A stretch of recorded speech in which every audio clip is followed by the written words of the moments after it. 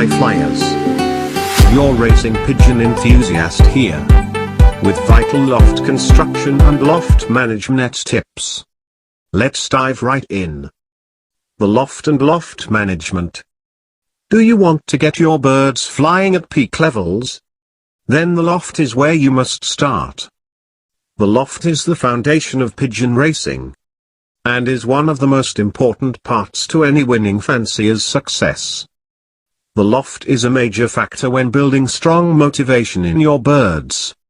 Get this part wrong, and you could be jeopardizing your results from the start.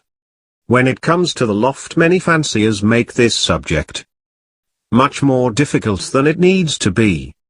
Pigeons are pretty resilient, and can adapt to almost any situation.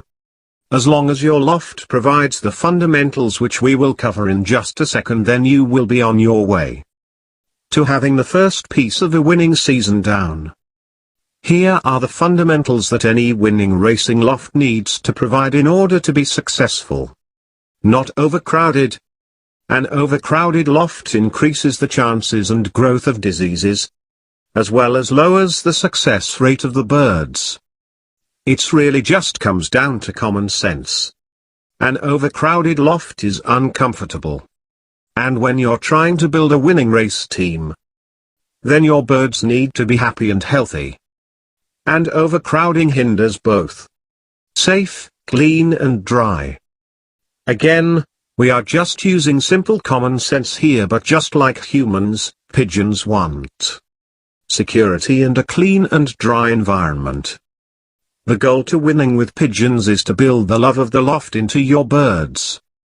This gives them motivation to race back home at lightning speed. Now, what do you think would happen if your pigeons didn't feel secure in their home? You guessed it. They wouldn't be in a rush to get back home. Not to mention that when your birds feel secure, they will be able to get the much needed rest they need to be able to withstand the rigors of racing. So, make sure your loft is secure from threats and predators. And you keep up on cleanliness and maintenance. Filth and moisture is an easy way to introduce health concerns into your loft. Ventilation. Like any other warm-blooded animal, pigeons need air as much as they require food and water. Ensure that the loft has openings where air can enter and escape. The openings can be placed on roof or along the roof line, if air is scarce in the location where the loft is placed. Installing exhaust fans should be able to help. Setting up an aviary also gives the pigeons the luxury to enjoy the fresh air at their own leisure. Pigeons need to be intimate with nature. A loft that allows them that luxury can make it easier for them to develop an attachment to their homes. Accessibility to sunlight. Pigeons need and love the sun. So make sure that your loft is accessible to the sunlight. Pigeons from time to time want to sunbathe, which is why you need to make sure that the aviary gets as much sunlight as possible. Keep in mind though that too much sunlight can be bad. So a small allowance for a shaded area should be designated inside the loft. This gives them the right amount of sunlight and will provide them with vitamin D needed for strong bones. So, whatever you do, make sure that your loft provides these fundamentals, because without them you will be dooming yourself right from the start. Now, of course, the entire goal of this video is to help you get success and eliminate as much confusion as possible.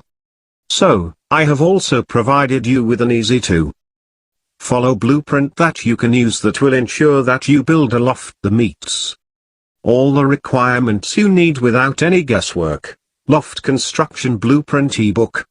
The best thing about this blueprint is that you can scale it to be as little or as big as you need.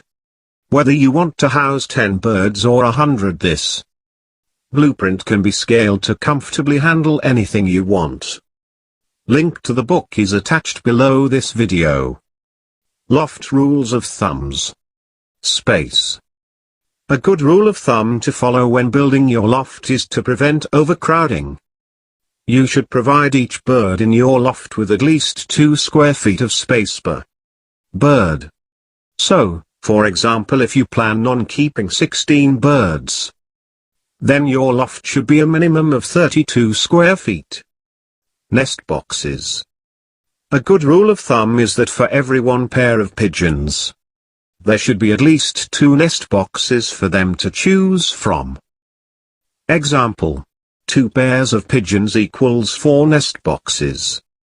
Minimum. Or 1 nest box per bird in your loft. Common nest box dimensions are around 12 inches tall, 18 inches wide, and 12 inches deep. Perches. A good rule of thumb to follow is that there should be at least 1.5 perches per bird in your loft. Example: 4 birds equals 6 perch minimum. And the perches should be a minimum of 9 inches from each other, both up and down and side by side. So, there you have it. These tips alone and the loft construction blueprint book that you can check out below this video will help you build a loft that will be able to compete at any level in this sport. The rest of this video will cover some extra things that will help you manage your loft even better. Sunlight and the elevated flight. Irrespective of its geography, shape, size or structure, the loft must provide the pigeons with sunlight during the day, a secure place to rest at night. Sunlight is a basic requirement for all birds, and it is easy to see the positive effect that the sun has on the health and well-being of our pigeons. On sunny days the birds look so much brighter and more alert than on overcast or wet days, when the birds look depressed and disinterested. It is known that direct sunlight provides birds with the vitamin D that is so necessary for bone, feather, and reproductive health. But it must have other positive effects on the metabolism and immune system, because the birds look so strong when they have access to direct sunlight. For this reason, it is recommended that every bird in the loft has access to direct sunlight. This is best achieved by an elevated flight. The elevated flight is ideal for baths, protecting the loft from wetness, and the race birds from potentially harmful ground germs associated with free lofting.